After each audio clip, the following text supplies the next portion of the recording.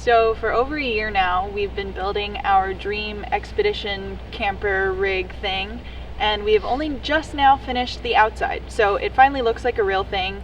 The roof's on, the pop top's done, but we thought it'd be fun to take you guys just on a walk around to see what we've done so far and maybe talk about what we're planning to do next. So we'll go ahead and start with the front of the van. This is a 4D350 with a U-joint off-road conversion. Basically puts a solid front axle up front, and then the 37-inch tires. It's leaf sprung all around, and then it's got the Radflow bypass shocks. Not going to go too much into the conversion. They have plenty of videos on their channel, and actually one of this rig already. For the rear suspension, it's pretty similar to the front. The only difference is we have airbags in the rear. The intention of this is we're going to have a lot of fluid storage and a lot of gear storage that'll kind of fluctuate in weight. So this kind of allows us to fine tune the suspension for whatever weight. So if we're completely full of water, gas, everything, it's about 1,000-pound difference. And those airbags will hopefully make the ride a little bit better when we're fully loaded. And also, I guess, better when we're not fully loaded, so it's not quite as stiff. For the front bumper, we went with their tube style bumper. We got the diode dynamic pod lights, we got the yellow fogs, the driving lights, and then floods. For the winch, we went with the 12,000-pound Harbor Freight Special, and we went with the Yankum Fairlead. What's cool about this is you basically don't have any metal in the winch lines. You don't have to have one of those hooks on the front or spend money on one of those hooks, and you essentially just tie a knot on the winch line and then loop it around the Fairlead. And then you don't have to worry about having any metal in your winch line. We went with the Method 703 rims wrapped around a BFG KO2 37, 12.5, 17. We mainly went with the KO2 because it's the lightest all-terrain, or one of the lightest all-terrains you can get. We have the manual locking hubs, and then we also have the Apex rapid deflate valves. These are sweet. You basically just unscrew this cap, pull this lever, and you can deflate one of these tires down to 10 psi in a matter of seconds. We built the entire box of this vehicle out of composite foam core panels. We have a ton of videos talking about that. Essentially, it's an aluminum skeleton and then composite panels adhered into that. The entire box is about 10.5 feet long. One of the nice things about the E350, one of the main reasons we went with it, is you have a very stubby cab and nose. So the entire length of the camper is about 18 feet. I'll put an actual measurement because I'm probably wrong. So for our door and windows, we ended up finding a source for them that is significantly cheaper than Arctic Tern. We're going to make a video on it. Either it's already been posted or we will be posting it. Either way, you should watch it. This door is super cool. It comes with a fingerprint lock as well as just the standard keypad. And then, just like other doors, has a really nice screen, and then of course the blackout shades. Overall, we're really happy with it. It ended up being the exact height that we wanted for what we could fit, and I think that just overall it looks really great. We also have an awning that is the full length of the box, so it extends over the door, gives us a huge outdoor space. We can be going in and out without getting wet, and we will eventually have a table that mounts here and kind of follows the shape of the wheel well, and that'll just fold down, and it will have our ports for water and electric right there. For the rear body work, we did these bent aluminum fenders just to cover up the wheels, and then we did this aluminum body mounted rear bumper. The intention of this was just to kind of house these lights here. Speaking of which,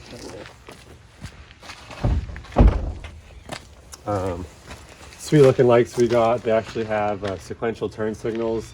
Funny thing about that, we actually found out that we wired the turn signals backwards. So I wired the turn signals backwards. So you put on the left turn signal, you know, it's correct in the front, but then it's opposite in the back, which has been a lot of fun, but we'll get that fixed.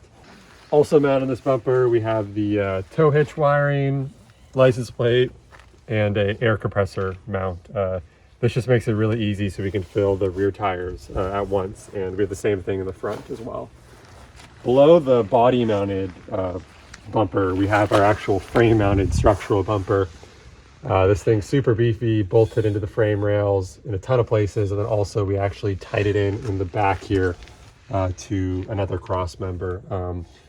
The intention of this is it'll also act as our recovery point. So we didn't do the classic hooks, but we'll have one of those aluminum tow hitch recovery points so we can pull from the rear and not have to worry about it.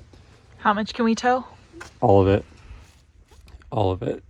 You can also see 2 of the 10 springs from our spring-mounted body system. The point of these is so that as the frame rails move independently from each other, the springs can accommodate some of that difference. And then ideally the box does not rip away from the cab. But we made a whole video on this earlier, so you can go check it out if you want to learn more. Also on the rear, we have our big full-size spare mounted here. This is tied into the actual body of the camper. Basically on the rear, we built this whole aluminum tube skeleton, which is sitting on the subframe and then also is adhered to the rear panel. Makes it super sturdy. This thing has absolutely no play. We also have our gas fill in the back. Usually these are intended to be routed to the side, but we actually moved it to the back because it makes our layout work a lot better. The intention on this whole left side is to eventually kind of do a massive storage box. We might just do something that's above up here, or do, you know, something that is the entire width and kind of hinges out so we can still fill our gas. On this side, we don't have too much going on. We got a nice big window mounted to the box, and then we have our auxiliary fuel tank. So this is a secondary gas tank. It will have its own fill, which will basically kind of go right up there in the body. It's a 17-gallon tank, and the idea behind it is we'll have a switch in the cab, and essentially you flip that switch and it actually transfers the fuel into the main tank. So nothing in the main tank's really been altered. We're just sending fuel into it when we want to. So the main tank is a 40-gallon tank. So we have about 57 gallons of fuel capacity total, and don't have to deal with any jerry cans, which is nice. So one of the coolest and our favorite part of the entire camper is the pop top. We're gonna go in depth into the mechanism and kind of how it all works, but as an overview, pop tops are awesome. We did it so we can have a lower vehicle height when the top is down. And then when the top is up, we have a ton of interior room, way more than you would in a normal 6-foot tall van. I'm also very tall, so I don't actually fit in a lot of the, really? So I don't fit in a lot of the normal vans. But yeah, basically all we have to do is hit this little guy here and watch the top go up.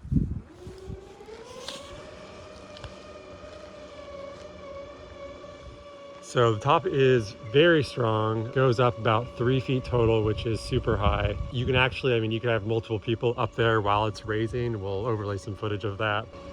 Yeah, there it goes.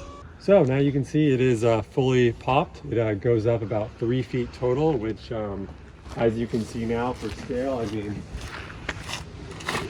the entire vehicle is about 12, 13 feet tall with the top up, but inside you have about 9.5 feet of standing height, which makes it super spacious.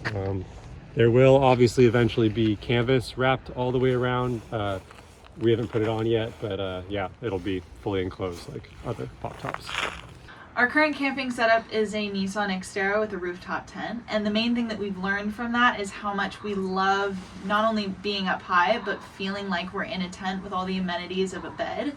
So what we wanted to continue with this design was not feeling like you're sleeping in a room, but actually being able to feel like you're still outside. So with the 360 windows that the canvas will have, will basically have all of the feeling of being in a tent while still having a bed that's going to be 9 inches wider than a queen, a really nice mattress, and like I said, all the amenities of a normal bed while still having the feeling like you're sleeping in a tent.